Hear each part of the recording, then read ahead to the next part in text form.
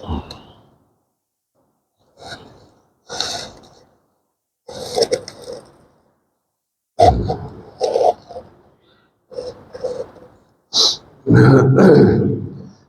الحمد لله نحمده ونستعينه ونؤمن به ونتوكل عليه ونعوذ بالله من شرور أنفسنا ومن سيئات أعمالنا من يهده الله فلا مضل له ومن يضلل فلا هادي له وأشهد أن لا إله إلا الله وأشهد أن محمدا عبده ورسوله يا أيها الذين آمنوا اتقوا الله حق تقاته ولا تموتن إلا وأنتم مسلمون يا أيها الناس اتقوا ربكم الذي خلقكم من نفس واحدة وخلق منها زوجها وبث منهما رجالا كثيرا ونساء واتقوا الله الذي تساءلون به والأرحام إن الله كان عليكم رقيبا يا أيها الذين آمنوا اتقوا الله وقولوا قولا سديدا يصلح لكم أعمالكم ويغفر لكم ذنوبكم ومن يطع الله ورسوله فقد فاز فوزا عظيما أما بعد فإن أصدق الحديث كتاب الله وأحسن الهدي هدي محمد صلى الله عليه وسلم وشر الأمور محدثاتها وكل محدثة بدعة وكل بدعة ضلالة وكل ضلالة في النار فأعوذ بالله السميع العليم من الشيطان الرجيم ولله على الناس حج البيت من استطاع إليه سبيلا ومن كفر فإن الله غني عن العالمين عن أبي هريرة رضي الله تعالى عنه قال قال رسول الله صلى الله عليه وسلم من حج ولم يفسق ولم يرفث رجع كيوم ولدته أمه متفق علیہ۔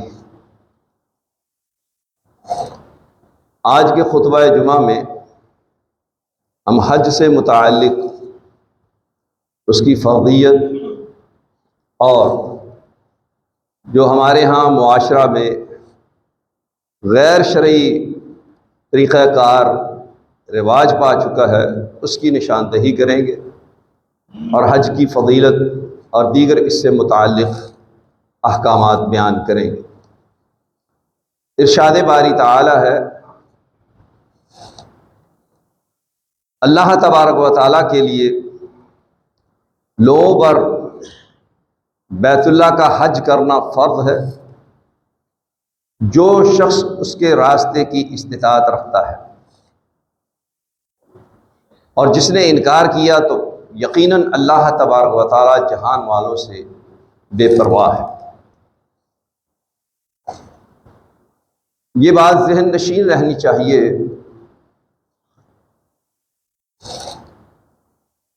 کہ استطاعت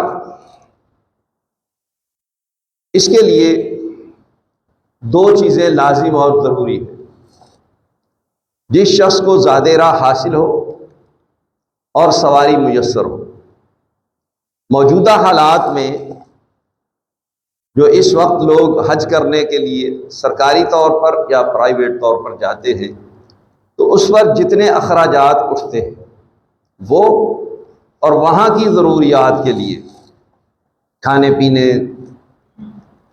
اور اس کے علاوہ جو ضروریات وہاں پیش آ سکتی ہیں وہ سفر خرچ اس کے پاس ہونا، اور پیچھے والے اہل و عیال والدین جن کی کفالت کا یہ شخص ذمہ دار ہے ان کے لیے پیچھے اتنا خرچ چھوڑ کر کے جائے کہ ان کو کسی قسم کی کوئی تنگی اور پریشانی نہ ہو۔ جس کو یہ چیز حاصل ہو جائے، اتنی رقم اس کے پاس آ جائے، اس پر حج کرنا فرض ہے۔ اور یہ بات ذہن نشین رہنی چاہیے کہ حج زندگی میں صرف ایک مرتبہ فرض ہے، جیسا کہ صحیح مسلم میں روایت ہے کہ رسول اللہ صلی اللہ علیہ وآلہ وسلم نے حج کے موقع پر لوگوں کو خطاب کرتے ہوئے اس بات کی طرف توجہ دلائی اور حکم دیا کہ ایھا الناس حج، کہ اے لوگوں حج کرو۔ تو آپ صلی اللہ علیہ وآلہ وسلم سے ایک شخص نے سوال کیا، افی کل عام، کیا ہر سال حج کرنا فرض ہے؟ نبی اکرم صلی اللہ علیہ وآلہ وسلم نے کوئی جواب نہیں دیا۔ دوبارہ اس نے یہی سوال دہرایا، آپ نے پھر کوئی جواب نہیں دیا۔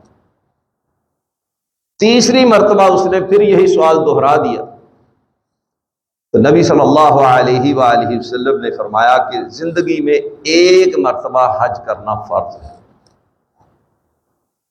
اور اس شخص کے بار بار سوال کرنے پر ناراضگی کا اظہار کیا اور فرمایا کہ اگر میں نعم کہہ دیتا کہ ہاں ہر سال حج کرنا فرض ہے تو پھر تم میں سے کون شخص اس کی استطاعت رکھتا تھا؟ کس کو یہ ہمت طاقت حاصل تھی کہ ہر سال حج کرنے کے لیے جاتا؟ زندگی میں ایک مرتبہ فرض ہے تو آپ دیکھ لیں کہ کتنی مشکلات ہیں۔ تو ہر شخص اس کے باوجود بھی حج نہیں کر سکتا کہ اسے استطاعت حاصل نہیں۔ اور یہ شخص کون تھا؟ اس کی وضاحت مسند احمد، سنن نسائی اور ترمذی کی روایت سے ہوتی ہے کہ یہ اقرا بن حابس رضی اللہ تعالی عنہ۔ تو معلوم ہوا کہ زندگی میں حج صرف ایک مرتبہ فرض ہے۔ اور ہمارے ہاں جو حج کے لیے کمیٹیاں ڈالی جاتی ہیں، اپنا پیٹ کاٹ کاٹ کر کے، بچوں کو بھوکا رکھ کر کے، ضروریات زندگی سمیٹ کر کے، تنگی ترشی کی زندگی گزار کر کے جو پیسے جمع کر کے حج کے لیے جاتے ہیں، یہ لوگ اس کے مکلف نہیں۔ یہ کوئی حج کا طریقہ ہی نہیں ہے۔ ایسے لوگوں پر جب اللہ تبارک و تعالیٰ نے حج فرض نہیں کیا تو یہ اپنے لیے اپنے آپ کو مشکلات میں کیوں ڈال؟ یا اس وقت مختلف بینک وہ پیشکش کرتے ہیں کہ جی آپ ہم سے قرضہ لے لیں عمرہ کرنے کے لیے پیشکش کرتے ہیں کہ ہم آپ کو عمرہ کرواتے ہیں قسطوں پر، ہم آپ کو قسطوں پر حج کرواتے ہیں۔ اگر کوئی شخص اس طریقے سے کہ اس پر حج فرض نہیں ہے، استطاعت اس کو حاصل نہیں ہے، اس کے پاس اتنی بڑی رقم موجود نہیں ہے کہ وہ حج کر سکے، تو وہ بینک کے ذریعہ سے، ہاں اسلامی طریقہ کار ہی کیوں نہ ہو، وہ قرض لے کر کے یا قسطوں پر حج کرنے کے لیے نہیں جا سکتا۔ اگر وہ اس طریقے سے یہ فرض ادا کرنے کی کوشش کرتا ہے تو اللہ تبارک و تعالیٰ کو اس کی کوئی حاجت اور ضرورت نہیں۔ یہ کوئی نیکی نہیں ہے۔ نیکی تب ہی ہے جب بآسانی وہ شخص حج کرنے کی استطاعت رکھتا ہو۔ لیکن اس کے برعکس معاشرہ میں یہ بھی رواج پایا جاتا ہے کہ عورت کے پاس 50 تولے 100 تولے سونا ہے، زکوٰۃ خامد سے دلواتی ہے، حج کرنے نہیں جاتا، اس پر حج فرض ہے۔ جو اتنا سونا سنبھال کر کے بیٹھی ہوئی ہے سالہ سال سے، وہ حج کرنے کے لیے جائے، وہ حج کرے۔ ہمارے معاشرہ میں یہ بھی غلط روایت پائی جاتی ہے، جس کے پاس اتنی بڑی رقم آ جائے وہ سب سے پہلے پلاٹ خریدنے کے متعلق سوچتا ہے، گھر بناتا ہے، دکان خریدتا ہے، اس کے لیے پیسے جمع کیے جاتے ہیں، اس پہ صرف کیے جاتے ہیں۔ جس کو یہ استطاعت حاصل ہو جائے سب سے پہلے وہ حج کرے۔ یہ بات یاد رکھے، جو شخص اللہ تبارک و تعالیٰ کے اس فرض کو ادا کرے گا، اللہ تبارک و تعالیٰ اس کے لیے روزی کے دروازے کھول دے گا، یا اس کا وعدہ ہے۔ بڑی ہی دلچسپ بات ہے، المعجم الکبیر طبرانی میں ابو طلیق رضی اللہ تعالیٰ عنہ آپ صلی اللہ علیہ وسلم کے صحابی ہیں، ان کے پاس ایک اونٹ ہے اور ایک اونٹنی ہے، یعنی سواری موجود ہے ان کے پاس۔ بیوی نے مطالبہ کیا شوہر سے کہ آپ مجھے اونٹ دے دیں کہ میں اس پہ حج کروں۔ اس نے جواب دیا، حبیس فی سبیل اللہ، یہ اونٹ تو اللہ تبارک و تعالیٰ کے راستے میں وقف کیا ہوا۔ بیوی بڑی سمجھدار تھی، اس نے کہا یہ بھی تو فی سبیل اللہ ہے۔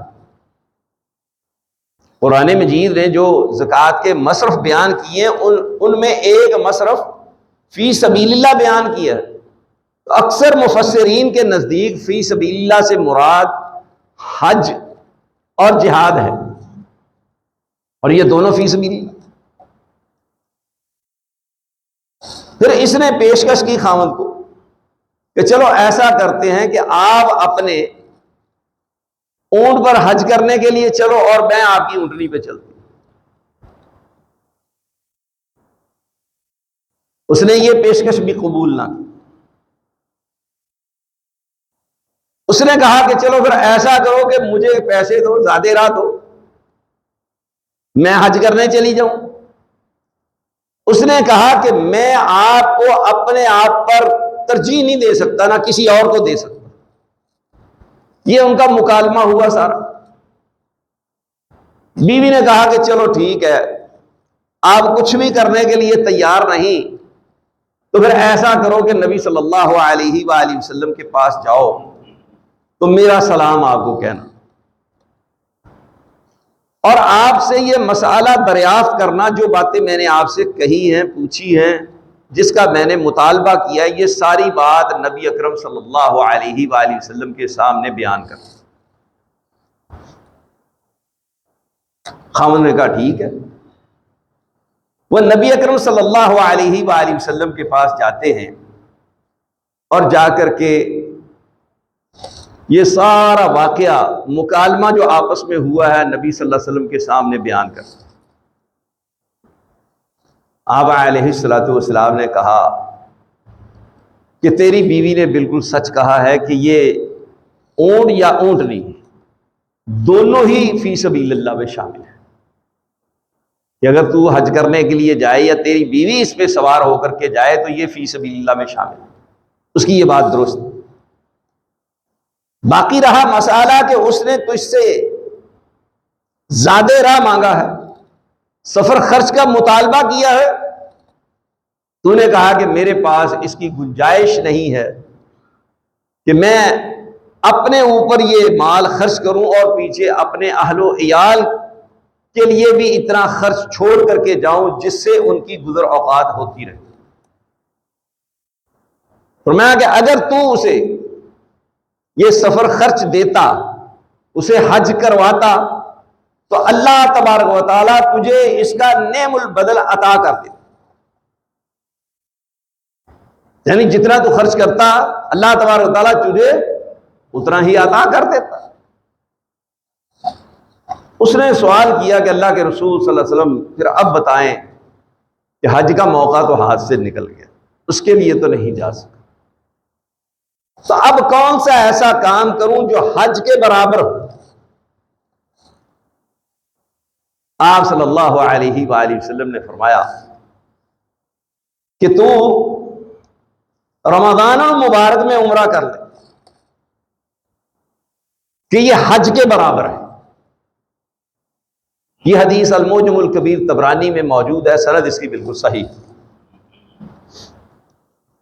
اس کے علاوہ نبی صلی اللہ علیہ وآلہ وسلم کی احادیث صحیح بخاری اور صحیح مسلم میں موجود ہے کہ نبی صلی اللہ علیہ وآلہ وسلم نے فرمایا کہ العمرۃ فی رمضان تعدل حجۃ معیہ, کہ رمضان المبارک میں عمرہ کرنا وہ ایسے ہی ہے جیسے میرے ساتھ کسی نے عمرہ حج کیا. یعنی رمضان المبارک کے مہینہ میں عمرہ کرنا حج کے برابر اجر و ثواب رکھتا ہے, اور اضافی بات یہ آپ نے بیان فرمائی کہ جیسے میرے ساتھ کسی نے حج کیا. تو معلوم ہوا کہ اگر کوئی شخص استطاعت رکھتا ہے تو اسے فوراً حج کرنا چاہیے, جیسا کہ رسول اللہ صلی اللہ علیہ وآلہ وسلم کا فرمان.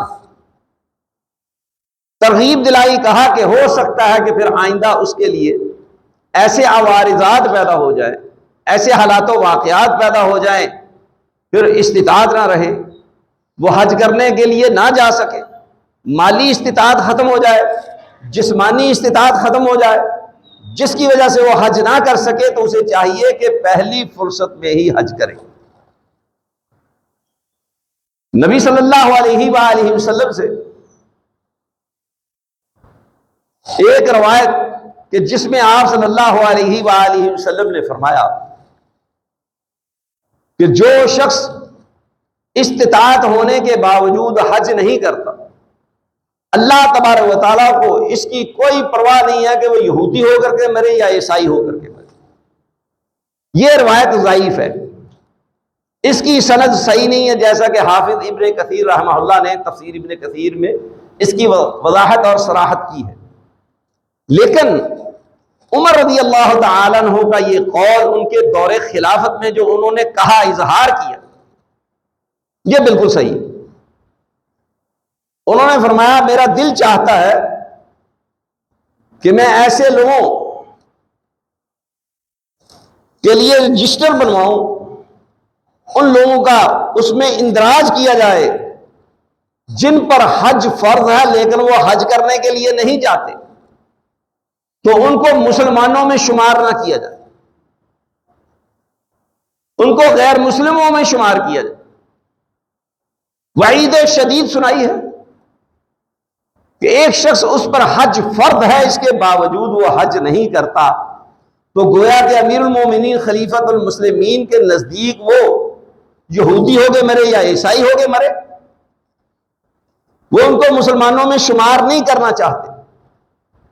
اس بات کا انہوں نے اظہار کیا. تو میرے بھائی اور دوستو, یہ حج ایک ایسا اہم ترین فریضہ ہے.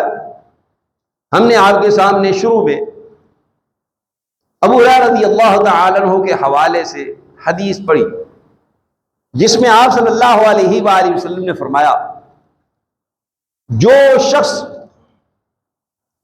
حج کے لیے گیا, جس نے حج کیا, حج کے دوران اس نے فسق و فجور سے اپنے آپ کو بچایا, اللہ اس کے رسول کی نافرمانی سے اپنے آپ کو بچایا, گالی گلوچ سے اجتناب کیا, اور جماع اور اس کے متعلقات سے اپنے آپ کو محفوظ رکھا. تو فرمایا راجع کا یومن ولدتہ امہ,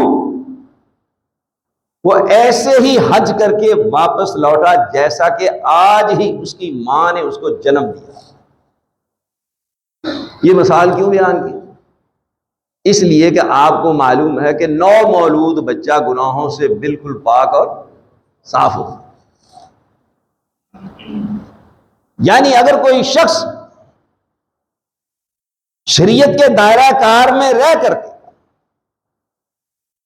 حلال رقم سے حج کرنے کے لیے جاتا ہے، دوران حج فسق و فجور سے بچتا ہے، شرک سے، بدعات سے، کفر سے، کبیرہ گناہوں سے اپنے آپ کو بچاتا ہے، حتیٰ کہ صغیرہ گناہوں سے بھی اجتناب کرتا ہے، تو وہ شخص بالکل گناہوں سے پاک اور صاف ہو کر کے واپس گھر لوٹتا ہے۔ اور دوسری ایک روایت میں کہ آپ علیہ الصلوۃ والسلام نے فرمایا الحج المبرور لیس لہ جزاء الا الجنہ، مبرور حج، مقبول حج، اس کا بدلہ صرف اور صرف جنت ہے۔ یہ عظیم خوشخبری ہے، گناہ بھی معاف ہوتے ہیں اور انسان جنت کا مستحق بھی قرار پاتا ہے۔ پھر سنن نسائی وغیرہ کتب میں نبی صلی اللہ علیہ وآلہ وسلم کا یہ فرمان عالی شان موجود ہے کہ آپ صلی اللہ علیہ وآلہ وسلم نے فرمایا تابعوا بین الحج والعمرہ، تابع الحج والعمرہ، حج اور عمرہ ایک دوسرے کے پیچھے کرو، کفارۃ لما بینہما، حج اور عمرہ کے درمیان میں جو وقفہ ہوتا ہے اس میں انسان کے تمام تر گناہ معاف ہو جاتے ہیں، اور اس کے ساتھ ساتھ اللہ تبارک و تعالیٰ اس کے فقر کو، فقیری کو، تنگ دستی کو بھی دور کر دیتا ہے، اور مثال دے کے سمجھایا کہ گناہ کیسے معاف ہوتے ہیں، کیسے گناہ ختم ہوتے ہیں۔ آپ علیہ الصلوۃ والسلام نے فرمایا کما ینفی القیر، جیسا کہ بھٹی خبث الحدید، لوہے کے میل کچیل کو ختم کر دیتی ہے۔ دوسری ایک روایت میں حدید کا لفظ بھی استعمال ہوا ہے، الذهب والفضہ کا لفظ بھی استعمال ہوا ہے کہ جیسے بھٹی لوہے کی، سونے کی اور چاندی کی میل کچیل کو ختم کر دیتی ہے، حج اس طریقے سے گناہوں کو ختم کر دیتا ہے۔ صحیح مسلم میں عمر بن عاص رضی اللہ تعالی عنہ کا ایمان افروز واقعہ موجود ہے۔ جب فوت ہونے کے قریب تھے اس وقت انہوں نے یہ واقعہ بیان کیا، فرماتے ہیں کہ جب اللہ تبارک و تعالی نے میرے دل میں ایمان کی محبت ڈال دی تو میں رسول اللہ صلی اللہ علیہ وآلہ وسلم کی خدمت اقدس میں حاضر ہوا، اور آپ صلی اللہ علیہ وآلہ وسلم سے مطالبہ کیا کہ ابسط بیمینک یا رسول اللہ، اللہ کے رسول صلی اللہ علیہ وسلم اپنا دایاں ہاتھ بڑھائیں، پھیلائیں، لأبایعک، تاکہ میں آپ کی بیعت کروں۔ آپ علیہ الصلوۃ والسلام نے اپنا ہاتھ بڑھایا، عمر بن عاص رضی اللہ تعالی عنہ کہتے ہیں کہ میں نے اپنا ہاتھ بڑھا کر کے پیچھے ہٹا لیا، آپ نے ہاتھ بڑھایا، میں نے ہاتھ کیا آگے، پھر پیچھے کر لیا۔ یہ نبی اکرم صلی اللہ علیہ وآلہ وسلم کی زندگی کا پہلا اور آخری واقعہ ہے کہ کسی شخص نے ایسا کیا۔ آپ صلی اللہ علیہ وسلم نے سوال کیا ما لک یا عمر، عمر کیا بات ہے، تو نے ایسا کیوں کیا؟ مطالبہ تو نے بذات خود کیا کہ ہاتھ پھیلائیں، میں آپ کی بیعت کروں، اور تو نے ہاتھ بڑھایا اور پھر پیچھے ہٹا لیا۔ کہتے کہ میں نے کہا کہ اللہ کے رسول صلی اللہ علیہ وسلم اشتاری، میں آپ کے ساتھ شرط کرنا چاہتا ہوں۔ رسول اللہ صلی اللہ علیہ وآلہ وسلم نے سوال کیا، ماذا تشترط یا عمر، عمر تو کیا شرط کرنا چاہتا ہے، تیری کیا شرائط ہے؟ سبحان اللہ، کیا سوچ اور فکر ہے، عظیم سوچ فکر کے مالک لوگ ہیں۔ ان کے جو قرآن نے فضائل بیان کیے، نبی صلی اللہ علیہ وآلہ وسلم نے فضائل بیان کیے، تو وہ عبداللہ بن مسعود رضی اللہ تعالیٰ عنہ کے قول کے مطابق کہ اللہ تبارک و تعالیٰ نے سب لوگوں کے دلوں کو جانچا، پرکھا، دیکھا، جائزہ لیا، تو یہ اصحاب محمد صلی اللہ علیہ وآلہ وسلم کے دل سب سے زیادہ پاک صاف، سب سے زیادہ اس قدر لائق تھے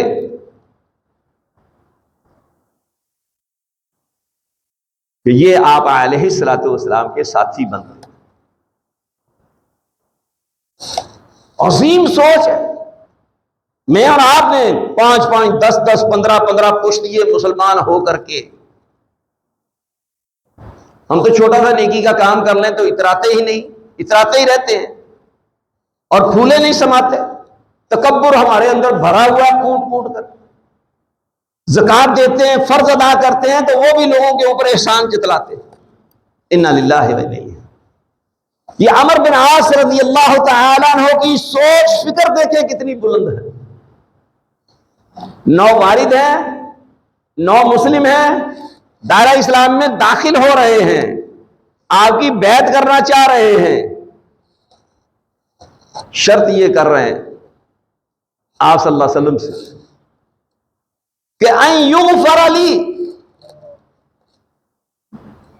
میرے سابقہ تمام گناہ معاف ہو جائیں، جو میں نے شرک کیا، کفر کیا، زنا کیا، شراب پی، قتل و غارت کی، ڈاکے مارے، چوریاں، جو کچھ بھی میں نے آج تک گناہ کیے ہیں وہ میرے تمام تر گناہ معاف ہو جائیں۔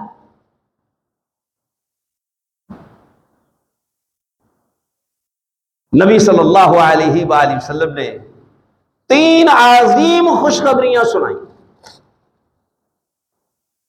فرمایا کہ اما علمت یا عمر، عمر تو نے پھر دین اسلام کی فضیلت، اس کی عظمت کو جانا ہی نہیں، سمجھا ہی نہیں، تجھے معلوم ہی نہیں ہے کہ دین اسلام کیا ہے۔ فرماتے ہیں کہ یہ بات سن لے، ان الاسلام یہدی ما کان قبلہ، اسلام قبول کر لینے سے انسان کے سابقہ تمام گناہ معاف کر دیے جاتے ہیں، مٹ جاتے ہیں، ختم ہو جاتے ہیں۔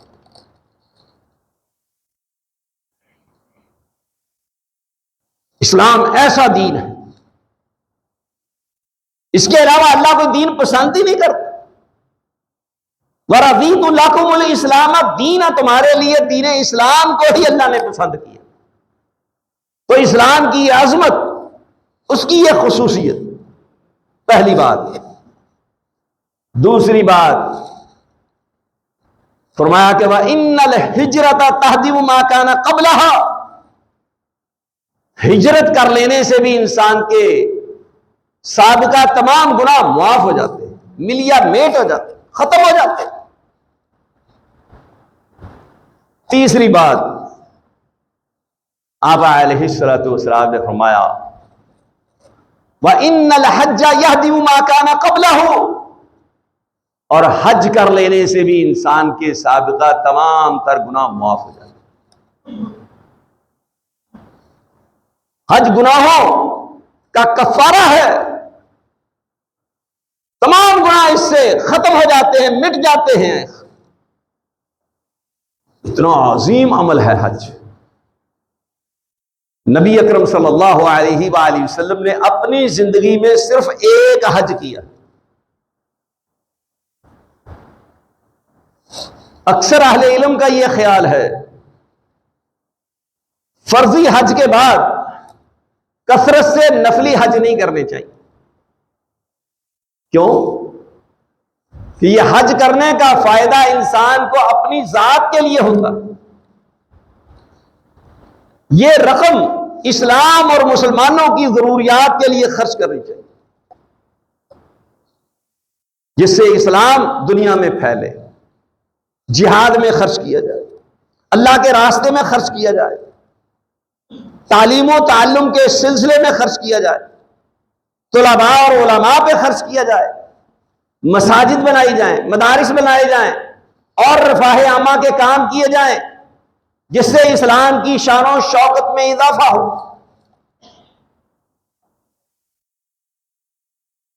یہ تو انسان کی اپنی ذات کو فائدہ ہے نفلی حج کا، لیکن اس کے برعکس جو مال وہ خرچ کرتا ہے اللہ کے راستے میں دیگر ضروریات کے لیے، مسلمانوں کی خیر خواہی کے لیے، نبی اکرم صلی اللہ علیہ وآلہ وسلم نے فرمایا جو شخص بیوہ اور مساکین کے لیے رات دن بھاگ دوڑ کرتا ہے، ان کی حاجات اور ضروریات کو پورا کرتا ہے، وہ ایسے ہی ہے جیسا کہ دن کو روزہ رکھنے والا اور رات کو قیام کرنے والا۔ تو کوئی شخص اس کی ہمت طاقت رکھتا ہے مسلسل دن کو روزہ رکھے، مسلسل راتوں کا قیام کرے؟ تو لہذا معلوم ہوا کہ یہ پیسہ مسلمانوں کی فلاح و بہبود کے لیے، اسلام کی شان و شوکت کے لیے، غلبہ کے لیے، ترقی کے لیے وہ خرچ کرنا چاہیے۔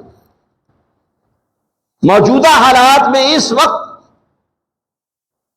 اہل غزہ سب سے زیادہ اس کے مستحق ہیں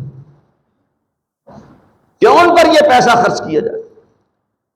بھوک سے ان کے بچے مر رہے ہیں، جو کچھ ان کے ساتھ ظلم و ستم ہو رہا ہے ساری دنیا دیکھ رہی ہے، معلوم ہے ساری دنیا کہ ان کو تمہاری امداد کی کس قدر اشد ضرورت ہے۔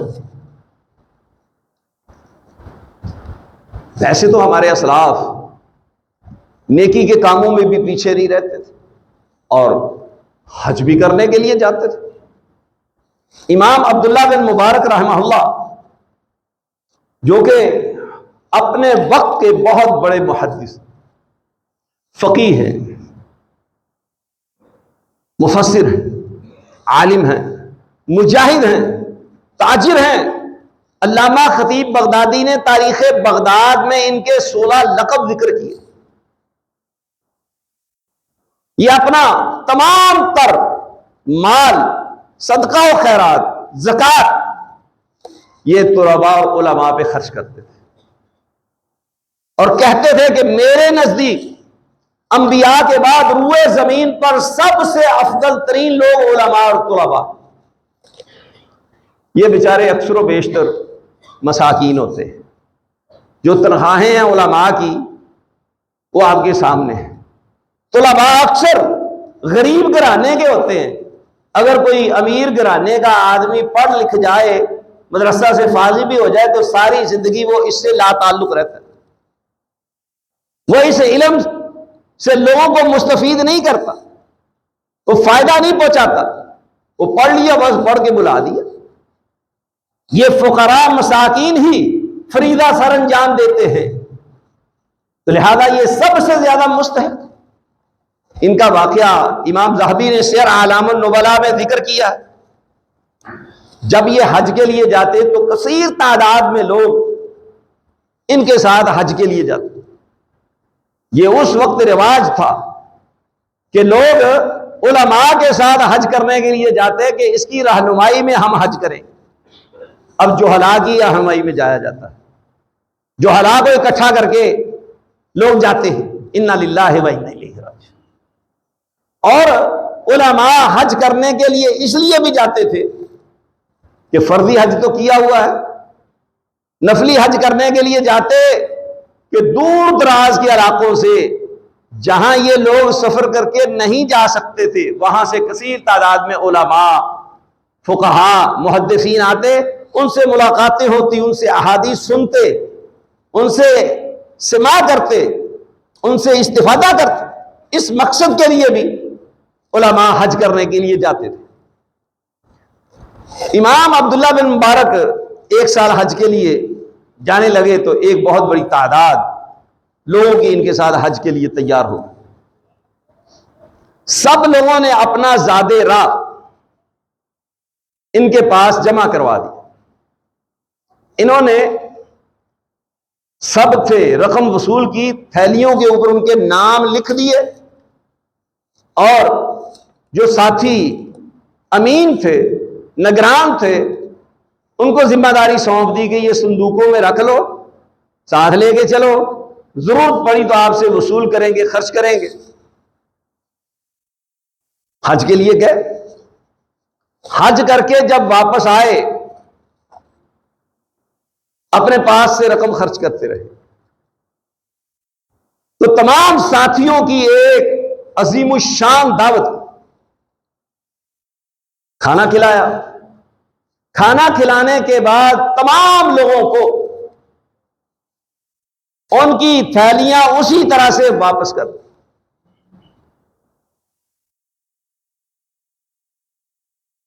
یعنی اتنے بڑے وہ تاجر تھے کہ باقاعدہ طور پر علماء اور طلباء کا انہوں نے خرچ اپنے ذمہ لیا ہوا تھا۔ وسیع و عریض تجارت تھی ان کی، اس لیے ان کا لقب تاجر بطور خاص ذکر کیا گیا، مجاہد بطور خاص ذکر کیا گیا کہ اللہ کے راستے میں جہاد بھی کرتے تھے،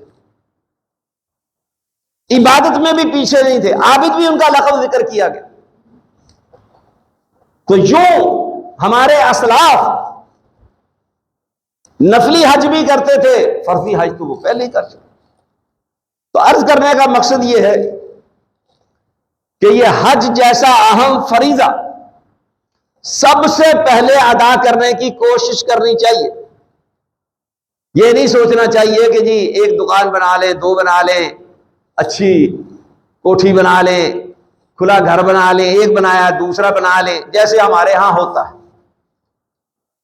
ابھی تو خیر الحمدللہ لوگوں کے اندر کچھ شعور پیدا ہو گیا، وگرنہ اس سے پہلے تو لوگوں کے ہاں یہ تصور پایا جاتا تھا کہ جی حج کرنے کے لیے تب جائیں گے جب بچوں اور بچیوں کی شادیاں کر لیں گے، تمام ذمہ داریوں سے فارغ ہو جائیں گے، اس کے بعد اگر وہاں رہ بھی گئے، موت بھی آ گئی تو خیر۔ یہ نظریہ قائم کر کے حج کے لیے پورے جاتے تھے۔ اب تو گورنمنٹ نے پابندی لگا دی ہے کہ 65 سال سے زیادہ عمر کا آدمی حج پہ آ ہی نہیں سکتا۔ یہ آتے ہیں یہاں آ کر کے فوت ہو جاتے ہیں، مر جاتے ہیں گرمی کی شدت کی وجہ سے، مشقت کی وجہ سے، تو پابندی لگا دی۔ تو لہذا عرض کرنے کا مقصد یہ ہے کہ حج تو اصل میں انسان استطاعت حاصل ہو اور جوانی میں کرے تو مزہ آتا ہے، لطف آتا ہے، وہ مشقت برداشت کر پاتا ہے، فرائض اور ارکان ادا کرنے میں بڑی ہی سہولت رہتی ہے۔ سب سے زیادہ ہم نے جو مشاہدہ کیا ہے وہ انڈونیشیا کے لوگ ہیں جو جوانی میں حج اور عمرہ کرتے ہیں۔ ہمارے لوگ ہنی مون منانے کے لیے مختلف علاقوں میں، یورپین علاقوں میں جاتے ہیں جن کے پاس پیسے کی ریل پیل ہے، لیکن انڈونیشین کا یہ مزاج ہے کہ وہ اپنا ہنی مون منانے کے لیے حج اور عمرہ کرتے ہیں۔ ان میں جتنی بھی تعداد آتی ہے وہ اکثر و بیشتر جوان لوگوں کی ہوتی ہے۔ تو لہذا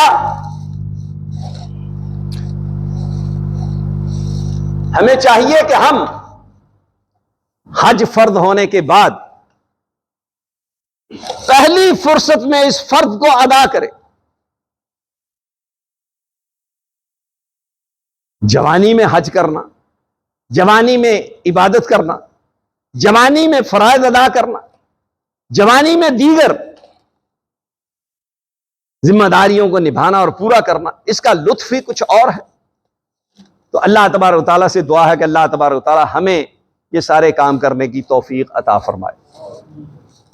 چونکہ یہ مہینہ ذوالقعدہ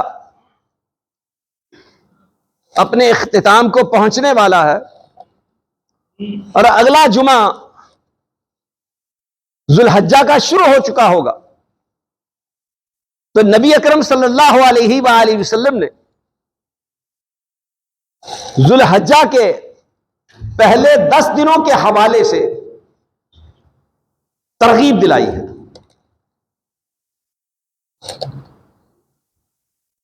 آپ علیہ الصلوۃ والسلام نے فرمایا ما من ایام العمل الصالح فیہن احب الی اللہ تعالی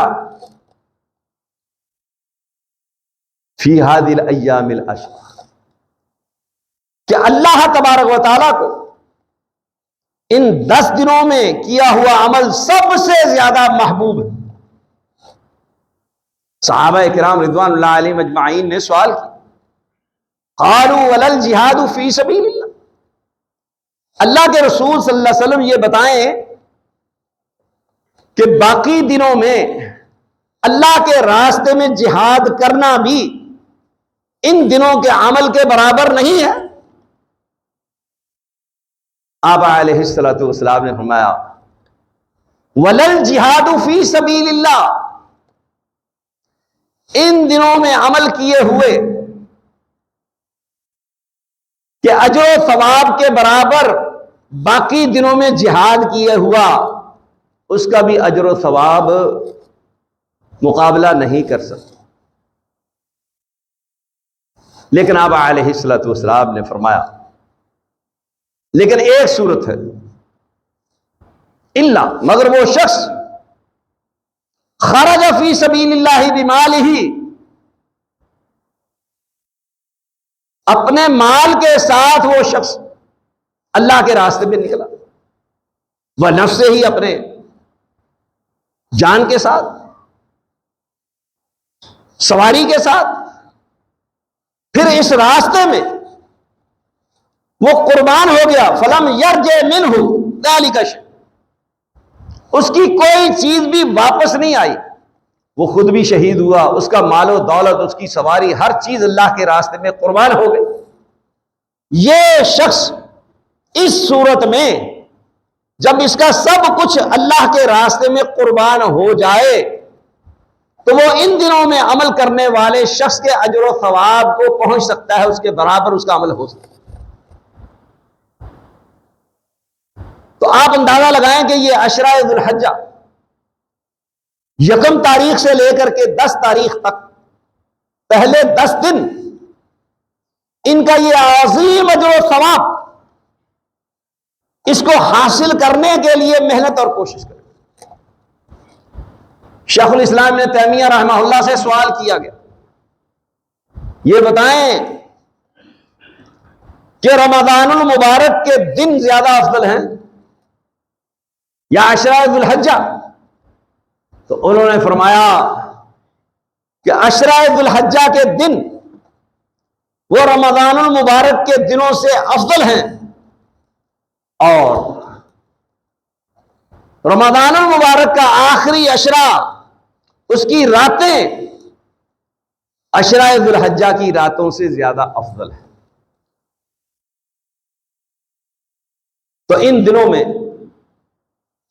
کوشش کریں کہ روزے رکھے جائیں، کوشش کریں صدقہ و خیرات اللہ کے راستے میں خرچ کیا جائے، اور قرآن مجید کی تلاوت کی جائے، ذکر اذکار کیا جائے، دیگر نیکی کے کام کیا جائے، نوافل پڑھنے کا اہتمام کیا جائے. ان میں ایک دن وہ بھی آئے گا جسے یوم عرفہ کہا جاتا ہے، کہ اس دن کا روزہ رسول اللہ صلی اللہ علیہ وآلہ وسلم نے فرمایا یکفر السنۃ الماضیہ والباقیہ، 1 سال گزشتہ کے اور 1 سال آئندہ کے گناہوں کے معاف کرنے کا اور بخشوانے کا باعث اور سبب. اس کے ذریعہ سے 2 سالوں کے گناہ معاف ہوتے ہیں. لہذا کوشش کریں کہ ان دنوں میں روزے رکھے جائیں، ذکر اذکار کیا جائے، اللہ کے راستے میں زیادہ سے زیادہ صدقہ و خیرات کیا جائے، اہل غزہ کے ساتھ ان دنوں میں بطور خاص تعاون کیا جائے۔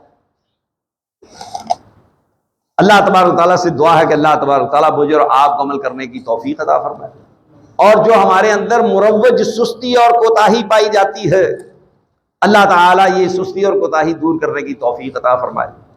وآخر دعوانا الحمدللہ۔